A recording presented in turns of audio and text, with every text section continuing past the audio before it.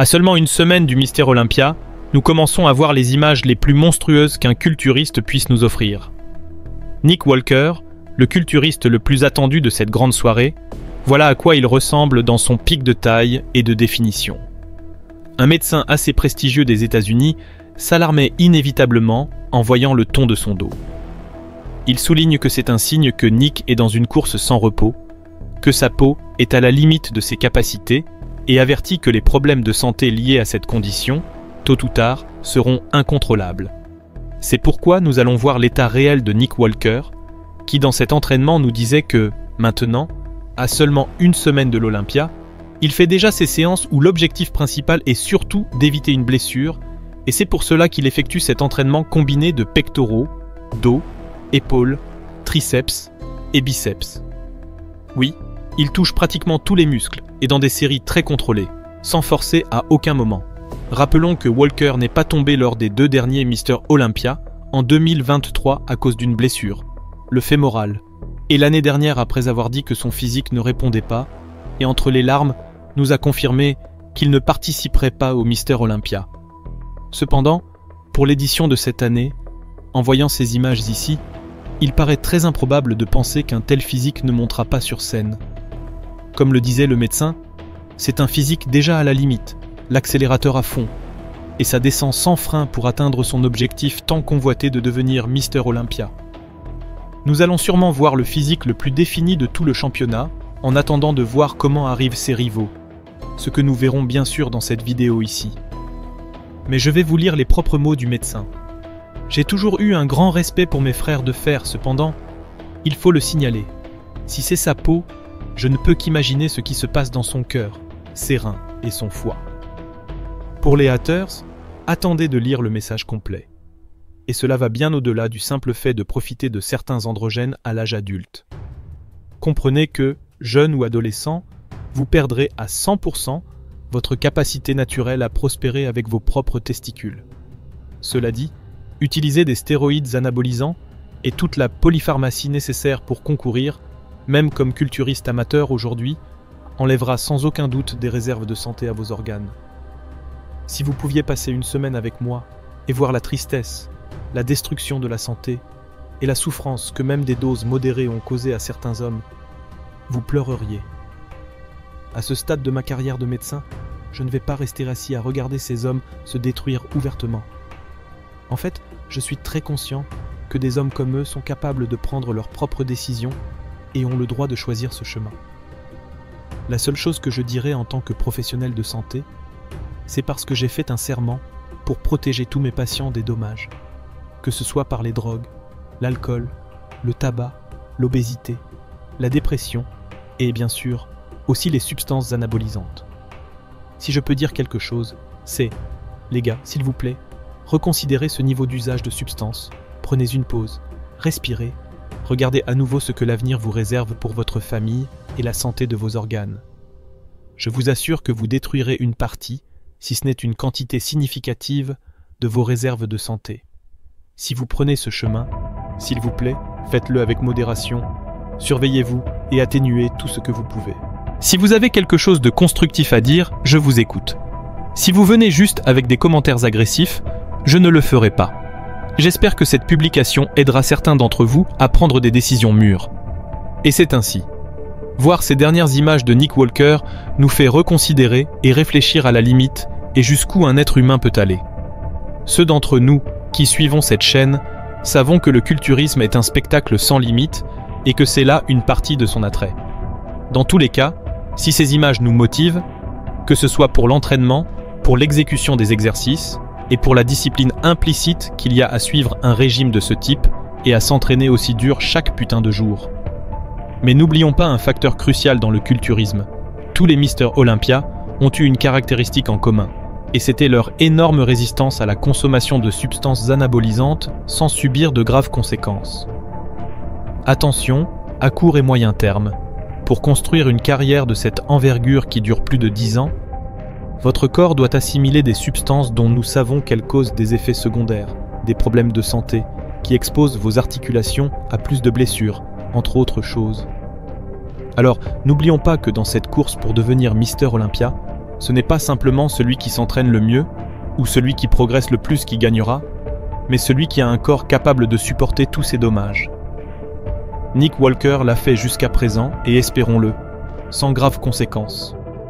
Cependant, pour un cas exceptionnel, un cas sur 1 million qui va arriver au Mister Olympia jusqu'à présent sans séquelles graves, cela ne nous sert pas d'exemple à suivre nous-mêmes.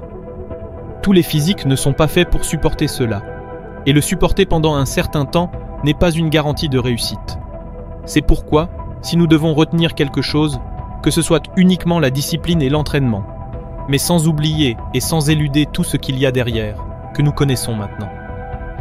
Si nous voyons comment il commençait cet entraînement, il le faisait avec cette machine pour les pectoraux. Vous savez déjà comment Nick Walker s'entraîne, en contrôlant énormément toutes les répétitions. Là, il étire au maximum le pectoral, contracte, et entre les séries, on a plutôt l'impression de voir un gorille et non un humain en voyant cela ici. Quelle barbarie, s'il vous plaît. Comme je vous l'ai dit, c'est un entraînement où il combine de nombreux groupes musculaires. Ici, il passe directement à un pullover à la poulie pour travailler cette zone dorsale. J'insiste, entraînement de poitrine, dos, épaules, biceps et triceps dans la même séance. Celui-ci peut vraiment être considéré comme un entraînement axé sur le pompage, mais comprenons le contexte du pourquoi. 6 jours avant l'Olympia, dans 6 jours il est sur scène, il ne veut pas se blesser à nouveau dans les jours précédents, et nous voyons toutes les répétitions très contrôlées. Ensuite, il passe à cette machine à rails pour le dos, cette machine que toi et moi n'aurons jamais dans notre salle, et qui semble impossible à ne pas connecter avec le dos avec ces superbes machines. Regardez bien la tête de souffrance de Nick dans cette série. C'est là qu'on peut commencer à voir dans quel état se trouve Nick Walker, comment se voit l'épaule postérieure, le trapèze gonflé, le dos que Nick Walker peut avoir pour cet Olympia est impressionnant. Et du rowing, nous passons directement aux exercices d'épaule. Et encore une fois, Nick Walker se distingue par la technique propre et contrôlée qu'il maintient toujours. Et il termine avec ce que nous avons tous déjà vu. Là, c'est un exercice pour les triceps à la poulie, et les images qui ressortent le plus, c'est quand il fait ce curl de biceps avec la barre en Z et qu'il apparaît ainsi, c'est que sa peau est granitique, c'est fou. Ici, quand la caméra filme directement dans le miroir, je crois qu'on peut voir les proportions, non ? Comment effectivement l'épaule, en comptant toutes ses têtes, antérieure, postérieure, latérale, paraît plus grande que sa tête, et encore plus maintenant qu'il est rasé, et je n'exagère pas. Ses épaules sont au moins aussi grandes que sa tête. N'oublions pas Nick Walker faisant des flexions avec, vous voyez ici cet appareil si particulier pour qu'il puisse faire la rotation du poignet, et ainsi mieux contracter. Mais oui, Nick Walker calisthénique. Qui l'aurait dit que nous allons voir Nick Walker charger son poids de cette manière? Je reste bouche bée devant la taille du triceps de ce bras. S'il vous plaît, quelqu'un peut m'expliquer comment il semble avoir un quadriceps dans le triceps? Sans parler de cette séparation qui montre que la peau est vraiment collée. Elle est collée, messieurs. Et maintenant, vous allez dire, mais comment vont ses rivaux? Et pourquoi me montres-tu ça, Ramon Dino? Parce que Ramon Dino s'est entraîné avec l'Open. Oui, il s'est joint à Derek Lansford et ils ont tous les deux partagé des images. Regardez comment Derek Lansford a partagé des astuces avec l'équipe d'entraînement de Ramon Dino. Et croyez-moi, ça va être intéressant parce que ce n'est pas un entraînement ordinaire. C'est un entraînement de jambes. Nous avons beaucoup critiqué ici l'état de Derek Lansford. Mais regardez comment les fibres musculaires tremblent littéralement. Sans parler de l'état que montre Ramon Dino, qui relève ses manches parce qu'il veut aussi montrer que « Hey, en ce moment vous me voyez en classique, mais attention, dans quelques années je vais aussi passer à l'Open. » Et regardez, sans encore contracter le quadriceps, on voyait déjà ses fibres. C'est un état physique impressionnant chez Ramon Dino. Comment on voit chaque putain de détail. Croyez-moi, c'est intéressant parce que nous allons mettre en voie les conseils de Derek à Ramon Dino. C'est la confiance avec laquelle Derek Lansford aborde cette préparation, disant que cette année, il voit encore plus clairement que lors de 2023 quand il a gagné, et par sa façon de le dire, il ne plaisante pas. C'est la mentalité avec laquelle il aborde chaque entraînement et comment il compte chaque répétition parce qu'il y a des gens qui vont souffrir plus que lui et il ne peut pas se le permettre. Et regardez cette image, ce panorama. C'est l'image que ces gens ne sont plus là pour des bêtises. Ils sont très concentrés sur chaque répétition parce que nous savons qu'il ne restera à peine qu'environ 200 répétitions avant de monter sur scène au Mister Olympia. alors chacune compte et ils ne vont absolument rien sauter. Pour être le meilleur du monde, regarde ce que je vais te dire. Oublie toute la négativité, oublie les commentaires de haine. Fais-le pour toi, fais-le pour ta famille. Fais-le pour tous ceux qui croient en toi, qui t'aiment et veulent te voir gagner. Allez, champion.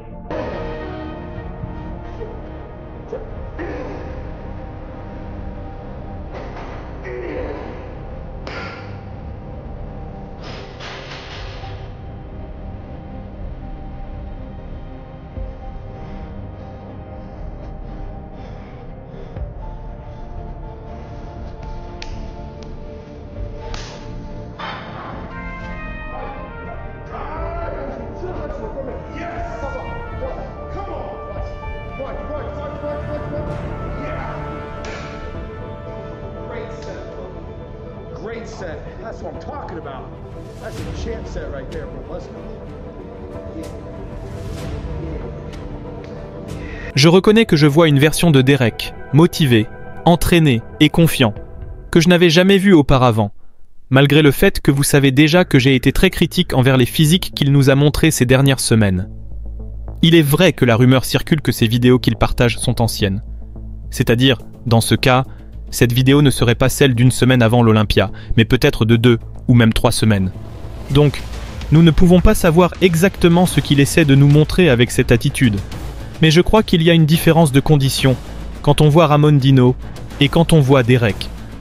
Il est vrai que Ramon Dino est en classique et doit pousser beaucoup plus ses limites en ce qui concerne le poids. Et Derek Lansford, étant en open, ne peut pas perdre la taille et la plénitude qui le caractérisent. Donc, je ne me contente pas de le voir, je le vois à la salle. Je sais de quoi je parle. Je connais l'aura de champion et je la ressens ici.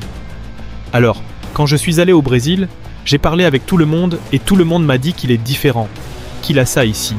Mais les gens, ça ne s'arrête pas là, parce que nous avons vu quelques images timides de Mike Summerfield. Je dois vous dire une chose, ça fait peur.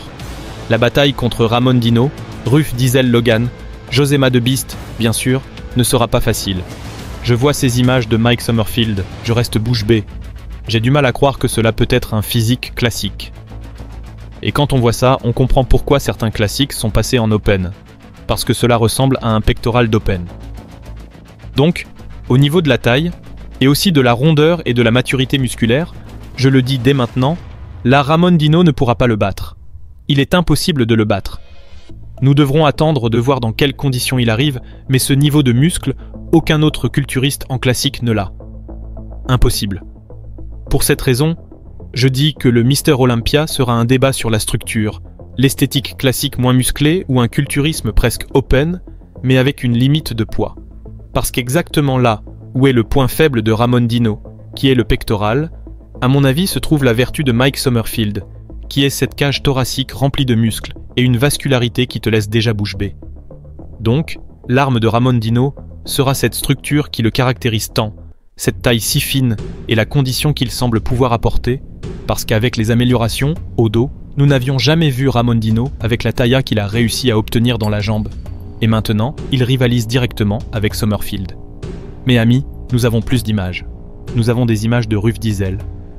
Si nous parlions de structure et de petite taille, la Ruth Diesel est pour moi le classique par excellence.